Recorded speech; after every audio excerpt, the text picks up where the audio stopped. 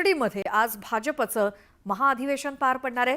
या अधिवेशनाला केंद्रीय गृहमंत्री अमित शहा, भाजपचे राष्ट्रीय अध्यक्ष जे.पी. नड्डा, मुख्यमंत्री देवेंद्र फडणवीस यांच्यासोबतच केंद्र आणि राज्यातले दिग्गज नेते मंत्री उपस्थित राहणार आहेत। विधानसभा निवडणुकीमध्ये भाजपला मिळालेलं मोठं यश, त्यानंतर लगेचच भाजपचं हे अधिवेशन होत असल्यामुळे या अधिवेशनाला महत्त्व प्राप्त झालंय।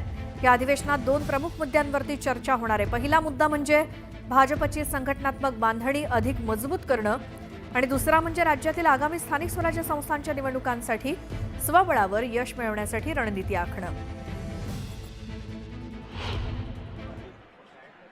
सर्वांना निमंत्रण दिलंय, आपणही सर्वजण या विनंतीला मान देऊन या ठिकाणी आलात। मी आपणा सर्वांचं खरं तर मनपूर्वक धन्यवाद देतो। दुसरीकडे संविधानाची प्रत आहे ती कुठेतरी मुख्य स्टेजवर पाहायला मिळते। या पद्धतीने आरोप होतो की त्याला उत्तर देण्याचा हा प्रयत्न आहे का? खरं तर आपणा सर्वांना माहीत आहे की लोकसभेच्या निवडणुकीच्या वेळेला अतिशय खोट्या पद्धतीने नेरेटिव्ह सेट करण्याचं काम केलं गेलं होतं।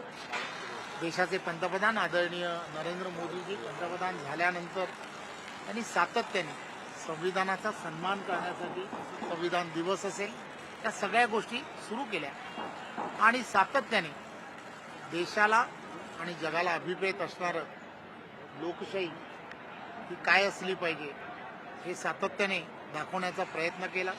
वसुदैव कुटुंबम या पद्धतीप्रमाणे आदरणीय पंतप्रधान नरेंद्र मोदीजी गेले 11 वर्ष या देशाचा सरकार आणि सरकारबरोबर इथल्या असणाऱ्या जनतेची सुद्धा काळजी घेत आहेत। प्रत्येक सेक्टर ज्याला म्हणतो, शेतकरी असेल, कष्टकरी असेल, प्रत्येकाच्या जीवनामध्ये आनंद निर्माण कसा होईल, प्रत्येकाचं जीवन सुखकर कसं होईल, या सगळ्या गोष्टी सातत्याने विविध योजना असतील या योजनांच्या माध्यमातून आदरणीय पंतप्रधान नरेंद्र मोदीजी हे करतायत। त्यामुळे वसुदैव कुटुंबम ही जी असणारी आपल्याला पूर्वीची असणारी जी पद्धती आहे त्या पद्धतीला अनुसरून पूर्ण देश चालला आहे आणि मला खात्री आहे की येणाऱ्या काळातही पंतप्रधानांच्या नेतृत्वामध्ये आणि महाराष्ट्रात आदरणीय मुख्यमंत्री देवेंद्रजी यांच्या नेतृत्वामध्ये महाराष्ट्र थांबणार नाही। महाराष्ट्र प्रत्येक क्षेत्रामध्ये एक नंबर कसा राहील यासाठी सरकार आणि संघटना या सर्व गोष्टी एकत्रपणे काम करतील यात काही शंका नाही। भाऊची महाभरारी या ठिकाणी लिहिलेली आहे।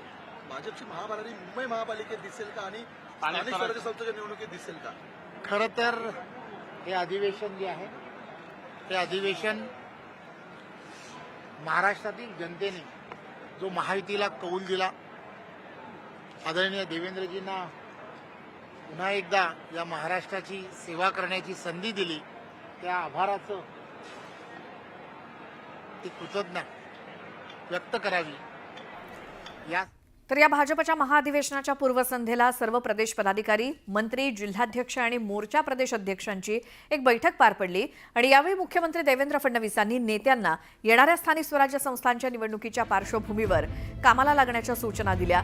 सरकार आलं म्हणून शिथिल होऊन जाऊ नका, आणखी वेगानं कामाला लागण्याचे आदेश त्यांनी दिले।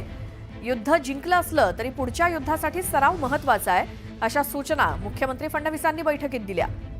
यावेळी भाजप प्रदेशाध्यक्ष चंद्रशेखर बावनकुळे यांनी देखील पदाधिकाऱ्यांना सूचना केल्या। संघटना वाढीसाठी मंत्री आणि जिल्हाध्यक्ष समन्वय गरजेचा असल्याचं बावनकुळे म्हणाले।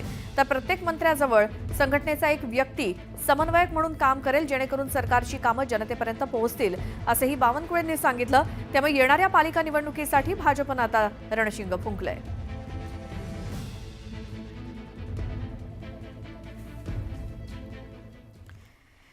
तर आजच्या या महाअधिवेशनाच्या माध्यमातून स्थानिक स्वराज्य संस्थांसाठी रणशिंग फुंकलंय भाजपनं।